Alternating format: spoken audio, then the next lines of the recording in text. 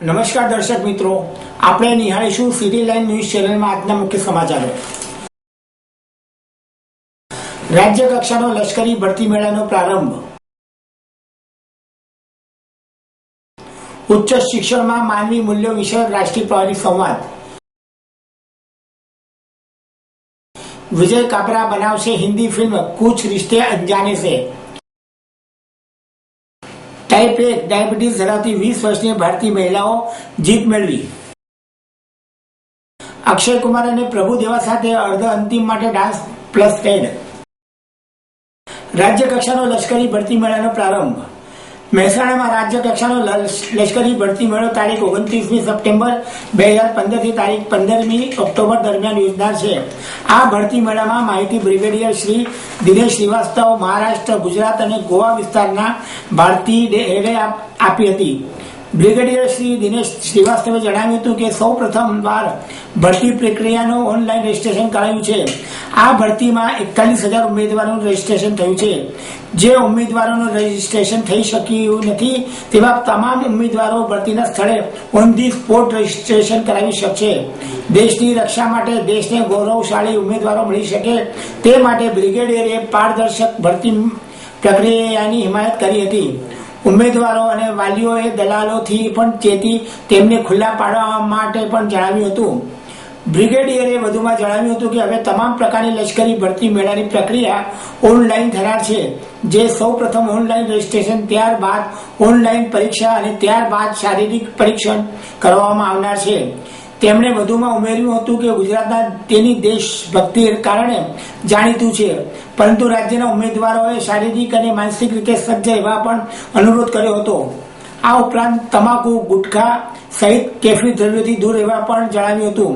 આ ભરતી પ્રક્રિયામાં ઉત્તીર્ણ ઉમેદવારની પરીક્ષા તારીખ 29મી નવેમ્બર 2015ના રોજ યોજનાર છે.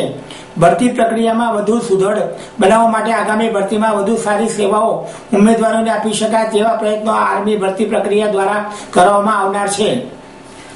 ડાયરેક્ટર રિક્રુટના કર્નલ શાહે જણાવ્યું હતું કે ઓનલાઈન રજીસ્ટ્રેશનથી કેટલાક ઉમેદવારો શારીરિક પરીક્ષણ આપ્યા છે તેની આગોતરા માહિતી હોય છે, જેના પગલે ભરતી પ્રક્રિયાનું સુંદર આયોજન થઈ શક્યું છે. આ આયોજન માટે જિલ્લા કલેક્ટર લોચન સેહરા અને તેમની ટીમ સહિત સમગ્ર વહીવટી તંત્રનો આભાર માન્યો હતો. ये जो भर्ती यहाँ पर महसाना में इस समय हो रही है, ये आर्मी रिक्रूटिंग ऑफिस अहमदाबाद के नीचे डायरेक्टर कर्नल साहा के नीचे हो रही है. इस समय जो फुटफॉल हम देख रहे हैं, रजिस्ट्रेशन 41,000 का हुआ है.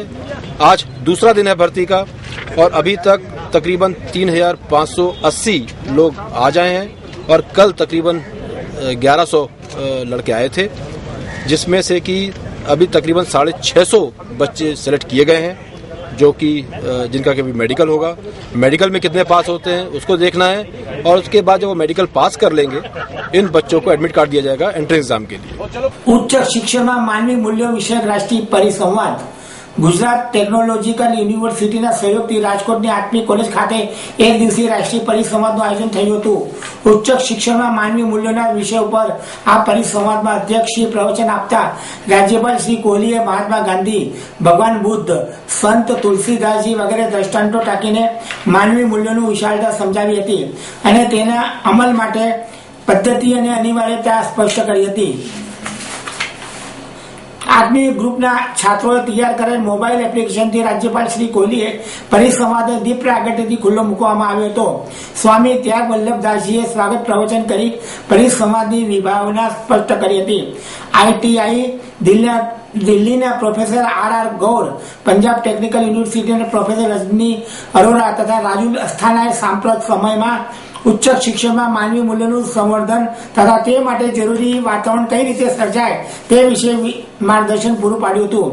4 સત્રમાં યોજાયેલા આ પરિસંવાદ દરમિયાન ચર્ચા અને પ્રશ્નોત્તરીના કાર્યક્રમને વધુ યોગ આપવામાં આવ્યો હતો, જેમાં ડોક્ટર અબ્દુલ કલામ યુનિવર્સિટીના શ્રી ગોપાલ બાબુ, પંજાબ ટેકનિકલ યુનિવર્સિટીના doctor Sukhbir Singh Walia, royal university of ભૂતાનના શ્રી ઉમેશ જાદવ, આત્મી કોલેજના ડોક્ટર સોનલ શાહ, ગુજરાત યુનિવર્સિટીના ઉપકુલપતિ ડોક્ટર પટેલ, જુનાગઢ અને નવસારી કૃષિ યુનિવર્સિટી વીવીપી એન્જિનિયરિંગ કોલેજના પ્રોફેસર વગેરે જોડાયા હતા. રાજ્યપાલ શ્રીએ આત્મી સંસ્થા વતી સ્મૃતિ ચિહ્ન એનાયત કરવામાં આવ્યા હતા. વિજય કાપરા બનાવશે હિન્દી ફિલ્મ કુછ રિશ્તે અંજાનો સે. ગુજરાત અને મુંબઈના જાણીતા સેલિબ્રિટી ફેશન ફોટોગ્રાફર અને પ્રોડ્યુસર વિજય કાપરા ગુજરાતમાં દેશબુકના નામની હિટ ફિલ્મ આપ્યા બાદ હવે બોલિવૂડમાં એટલે કે હિન્દી ફિલ્મ જગતમાં પદાર્પણ કરવા જઈ રહ્યા છે. ત્યારે તેઓ ટૂંક સમયમાં જ બનાવવા જઈ રહેલી ફિલ્મ કુછ રિશ્તે અંજાનો સે રામ રક્ષા ફિલ્મ પ્રોડક્શનના બેનર હેઠળ બની રહેલી આ ફિલ્મ માટે તેઓએ લીડિંગ એક્ટ્રેસ સિલેક્ટ કરી લીધી છે અને જે છે મિસિસ ઇન્ડિયા 2015 અને મિસિસ અર્થ 2016 માટે અરજી કરનારા model cum actress Priyanka Khurana Goyal આજે આ ફિલ્મની લોન્ચિંગ માટે આજે ફિલ્મની lead actress Priyanka Khurana Goyal, producer Vijay Kapra અને ડાયરેક્ટર રમેશ કારોલકર અમદાવાદમાં આવ્યા હતા અને પત્રકારો સાથે ફિલ્મને લઈને વાત કરી હતી. ફેશન ફોટોગ્રાફ વિજય કાપરા માટે જ્યાં આ પહેલી ફિલ્મ છે ત્યારે મિસિસ પ્રિયંકા ખુરાના ગોયલ માટે પણ તેમના કરિયરની પહેલી ફિલ્મ છે. આ ફિલ્મની સ્ટોરી બે જુદી જુદી કાસ્ટના પાડોશીઓ અને તેમના બાળકોના સંબંધ પર આધારિત છે. જુદી જુદી જાતિઓ, અલગ અલગ સમુદાય અને અલગ અલગ રહેણી કરણીમાંથી આવતા આ બાળકો કઈ રીતે બીજાને મળે છે અને એકબીજાથી નજીક આવ્યા બાદ તેમના સંબંધો કેવા આકાર લે છે અને પછી કેવી સામાજિક મુશ્કેલીઓ ઊભી થાય છે તે તમામ બાબતોને આધારિત આ ફિલ્મમાં ખૂબ જ સુંદર રીતે વર્ણવવામાં આવનાર છે. આ એક સોશિયલ ફિલ્મી ડ્રામા છે અને તેના રાઇટર અને ડિરેક્ટર મુંબઈના જાણીતા દિગ્દર્શક રમેશ કારોલકર છે. આ ફિલ્મમાં અન્ય કોસ્ટિંગમાં બાળકોની ભૂમિકા ખૂબ જ મહત્વની છે. ત્યારે બાળકોના ઓડિયન્સ અમદાવાદ સહિત ગુજરાતમાંથી થવાના છે, જ્યારે અન્ય કોસ્ટિંગમાં આશીષ વિદ્યાર્થી, પંકજ કપૂર સહિત દિગ્ગજ કલાકારો ભાગ લેવામાં આવનાર છે. આ ફિલ્મનું શૂટિંગ અમદાવાદમાં તેમજ નેપાળ વિદેશના લોકેશન પર થનાર છે. આ ફિલ્મનું શૂટિંગ માર્ચ 2016 થી શરૂ થનાર છે. તારીખ 31 ઓગસ્ટ 2016 સુધીમાં આ ફિલ્મ રિલીઝ થાય એવી શક્યતા છે. રમેશ કરોલકર મારું નામ. હમણાં જ મેં એક અર્બન ગુજરાતી મૂવી બનાવી, ઓટો લાઈફ ઓફ અમની રિક્ષાવાળી, અને આ ફિલ્મ માટેનું પ્લાનિંગ અમે 6 મહિનાથી કરતા હતા. એમાં એક સબ્જેક્ટ મનની શોધ ચાલી રહી હતી, પણ એવો કોઈ સબ્જેક્ટ નહોતો ક્લિક થતો કે જે ઓલ ઓવર ઇન્ડિયાને અપીલ કરી શકે અને એક સમાજને સારો એક મેસેજ આપી શકે. એક દિવસ અચાનક જ પેપરની અંદર એક ન્યૂઝ વાંચ્યા અને એ ન્યૂઝમાંથી મને ઇન્સ્પિરેશન થયું, બસ આ જે ન્યૂઝ છે એ જ મારી ફિલ્મનો ક્લાઇમેક્સ હશે. અને એની આસપાસ મેં વાર્તાનું સર્જન કર્યું. અમારી પાસે એક્સપર્ટ રાઇટરની ટીમ પણ છે, એમની સાથે અમે વિચાર વિમર્શ કરીએ છીએ અને એના ઉપર જે આખો પ્લોટ તૈયાર કર્યો અને આ પ્લોટ ઉપર ફિલ્મ બનાવવા જઈ રહ્યા છીએ. આ સબ્જેક્ટ શું હશે? સબ્જેક્ટ એવો છે કે ધર્મ, પૈસા, સ્ટેટસ આ બધું આપણા મોટા લોકોના માઇન્ડમાં હોય છે, પણ નાના બાળકો જે હોય છે એ લોકોના મનમાં તો માત્ર ને માત્ર પ્રેમ, શુદ્ધ પ્રેમ, નિસ્વાર્થ પ્રેમ આ જ હોય છે. તો આ અમારી ફિલ્મનો મેસેજ છે જે બાળકો મોટાઓને આપશે. આ ફિલ્મનું શૂટિંગ ક્યાં ક્યાં કરવામાં આવ્યું? આ ફિલ્મનું શૂટિંગ મોટે ભાગે ગુજરાતમાં, એ સિવાય વિદેશમાં પણ થશે અને જરૂર લાગે તો ઇન્ડિયાના અલગ પાર્ટ્સની અંદર પણ અમે કરીશું. બોલિવૂડના કોઈ જાણીતા કલાકારો આમાં ભાગ લઈ શકે? અત્યારે હાલ કોઈ ફાઇનલ નથી થયા, પણ અત્યારે અમારી સાથે પ્રિયંકાજી છે, જેમણે આ ફિલ્મની સ્ટોરી સાંભળતાની સાથે જ એમણે તરત જ એમને સંમતિ આપી દીધી.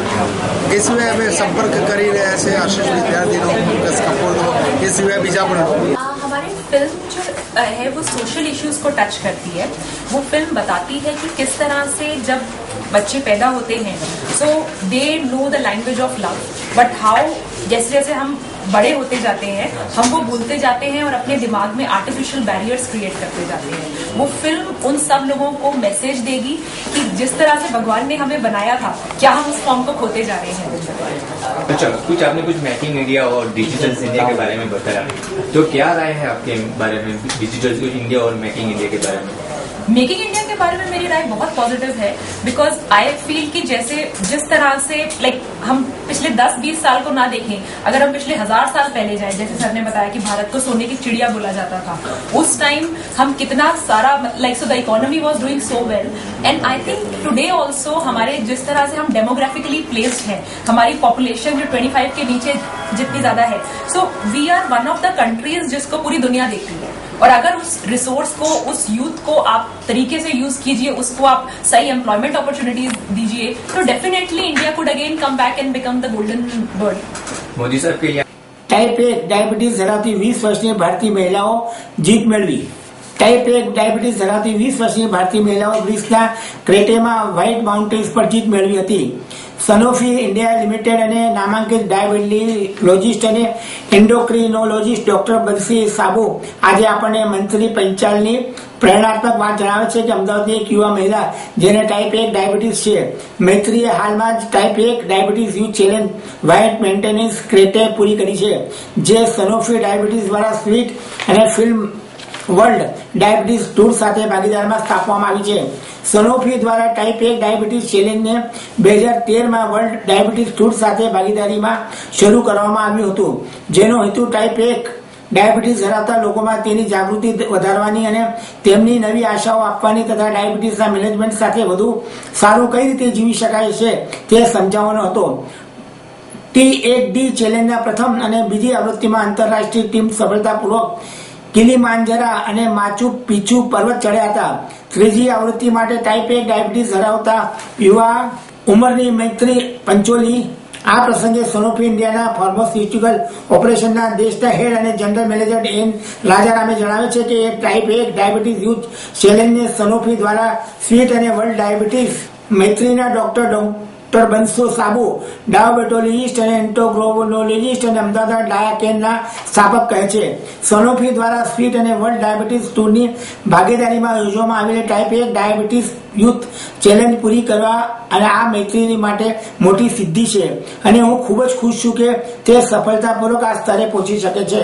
અક્ષય કુમાર અને પ્રભુદેવા સાથે અર્ધ અંતિમ માટે dance plus head star plus dance reality show dance plus ભારતની નૃત્ય સનસનાટી ભર્યા શોધા તેના અંતિમ તબક્કામાં છે. સુપરજજ રેમો બોલિવૂડ સુપરસ્ટાર અક્ષય કુમાર અને નૃત્ય દંતકથા ચાલુ ડિરેક્ટર પ્રભુદેવા સાથે તાજેતરમાં અર્ધ અંતિમ માટે ગોળી આ શો જાહેર કરી છે, જ્યારે તેની ટોચ બે સ્પર્ધકો વી કંપની અને પ્રજ્ઞચિહ્ન જૂથ એટલે કે અર્ધ આ રવિવાર શોના અંતિમ માટે સર્જાઈ અને 2 ફાઇનાલિસ્ટ સાક્ષી કરશે.